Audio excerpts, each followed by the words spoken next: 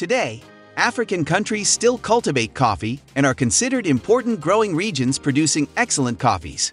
Countries in East Africa, like Ethiopia, are mostly known for their Arabica production, featuring ideal conditions for the cultivation of the Arabica plants. The domestic consumption volumes are set to increase to 220,800 metric tons in the 2021-2022 period. The high levels of local coffee consumption could partly be attributed to Ethiopia's deliberate effort in keeping the price of the country's Arabica coffee usually higher than international price. So in this video, we are going to discuss Africa giving the best drink in the world. So the video is going to be amazing, so make sure to stick till the end. Before starting the video, be sure to smash the like button and subscribe to never miss out on any of our videos. How coffee is cultivated in Africa. Coffee cultivation is big business in Africa. But despite this, the majority of African coffee production is still cultivated by small-scale farms and smallholdings. In fact, as much as 90% of African coffee may be grown by small growers, commonly alongside other crops or plantations. The most common coffee cultivations in Africa include Arabica and robusta coffee strains. Meanwhile, in Burundi, Africa's poorest nation, coffee consumption represents a significant component of the country's income, where they almost exclusively grow premium quality Jackson, Bourbon, and Mimirizi coffee. As such, when buying your next bag of premium coffee, it may be worth considering the country of origin. If it's any of these, there's a good chance it could be of African origin. A large number of African coffees are grown at high altitudes, which can make growing more difficult, but which also helps contribute a unique appeal to the coffee itself. What is the process of growing coffee? If unprocessed coffee seeds are planted, they can germinate and grow into coffee plants. The seeds are normally planted in large shaded beds. After sprouting, the young seedlings are left to grow for a few days before moving them to individual pots with carefully formulated soils for optimal growth. Cultivation. Climatic factors most important for coffee growth are temperature and rainfall. No variety can withstand a temperature in the vicinity of 32 degrees Fahrenheit, 0 degrees Celsius. Temperatures between 73 and 82 degrees Fahrenheit, 23 and 28 degrees Celsius, are the most favorable.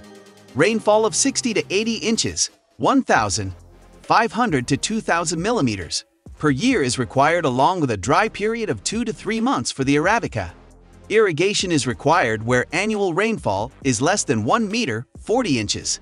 The Arabica species is more delicate and vulnerable to pests than Robusta and requires a cool subtropical climate. It must grow at higher elevations of 600 to 2,000 meters, 2,000 to 6,500 feet, and requires a lot of moisture and has fairly specific shade requirements. The Robusta variety, as its name suggests, is hardier and can grow at lower altitudes, from sea level to 600 meters. Coffee consumption in Africa. While Africa is one of the world's largest coffee producers, it is also one of the lowest coffee drinkers, far outstripped by European nations and the United States. For example, Ethiopia is the largest African coffee consumer, going through around 180 tons of coffee per year, compared to its production of 440,000 tons. Meanwhile, countries such as Algeria consume just 120 tons per year, and most other African countries are substantially lower still. As such, it's relatively clear to see how African countries, despite being among the most substantial global coffee producers, typically tend to be minimal coffee consumers themselves. This may be partially because income in African countries is traditionally low, limiting African residents' ability to spend as much on coffee as in other countries, particularly those in the West. One of our favorite espresso blends contains coffee from Congo and Central Africa. It's the Rosa from Mocorrico, France. Which African countries produce the highest quality coffee? Generally, the highest quality coffee is produced in countries that grow at high altitudes, such as Ethiopia. However, Tanzania, Kenya, and Uganda, for example, are all also popular growers of premium quality African coffee. However, Burundi also specializes in producing high-quality coffee, which may be bolstered by the fact that so much of the country's economy relies heavily on the coffee industry. Of course, we should point out here that everyone's idea of a quality cup of coffee will likely be a little different. For example, the different depths of body, flavors, and aftertastes for each ideal cup of coffee will likely vary from person to person. However, the quality of coffee cannot be determined simply by the coffee beans alone. For example, the type of water used and its mineral composition and brewing times may also substantially influence a drink's final flavor. According to the International Coffee Organization, a total of 169.6 million 60-kilogram bags of coffee were produced worldwide in 2020, with the top 10 biggest coffee-producing nations accounting for 87% of the commodity's market share. Currently the third most consumed beverage globally, after water and tea, coffee beans are in high demand in many parts of the world, and the top producing nations produce just enough coffee beans that find their way into the hands of eager consumers. Here is a list of the top 5 largest coffee-producing nations in Africa, according to Visual Capitalist. Ethiopia, 7.3 million, 60 kilograms bags in 2020. Known for its full-flavored, down-to-earth, and full-body coffee beans, Ethiopia is the country that gave us the Arabica coffee plant. Today, this type of coffee is considered the most widely sold in cafes and restaurants worldwide. Uganda, 5.6 million, 60 kilograms bags in 2020. Uganda's name is written indelibly in the story of coffee for one special reason: it gave robusta coffee to the world.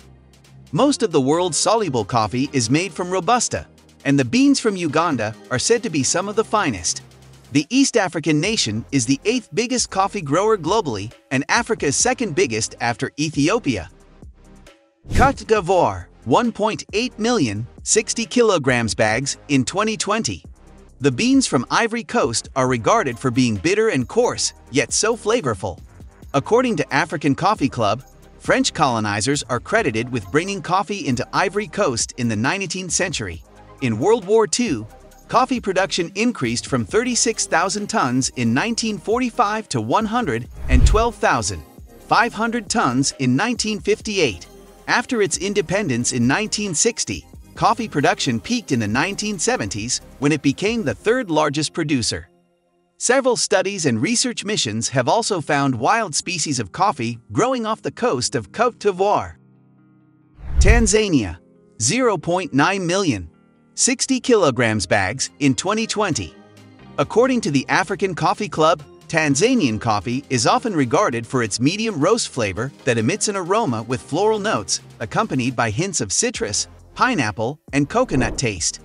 The aroma of a Tanzania coffee may exhibit a rustic note and sometimes a brown bread sweetness. The aftertaste is slightly persistent, making each cup of coffee a nice and delightful moment. Kenya, 0.7 million, 60 kilograms bags in 2020. Kenyan coffee is often listed among the 5 best coffee globally thanks to its rich body, high acidity, intense flavor, and delightful aroma. It is known for its complex levels of acidity and berry undertones, and contains black currant, a flavor that is distinct to Kenyan beans, and one of the reasons a cup of coffee from Kenya tastes so unique. Let us know your opinion in the comment section below. This was all for today. Hope you liked the video. Subscribe to our channel and stay tuned for more interesting videos. Stay safe, and we will be back soon with another video. Coffee Specialized Webshop, Italian's finest coffee roasters. We sell coffee beans, ground coffee, coffee capsules, and ESE paper pods.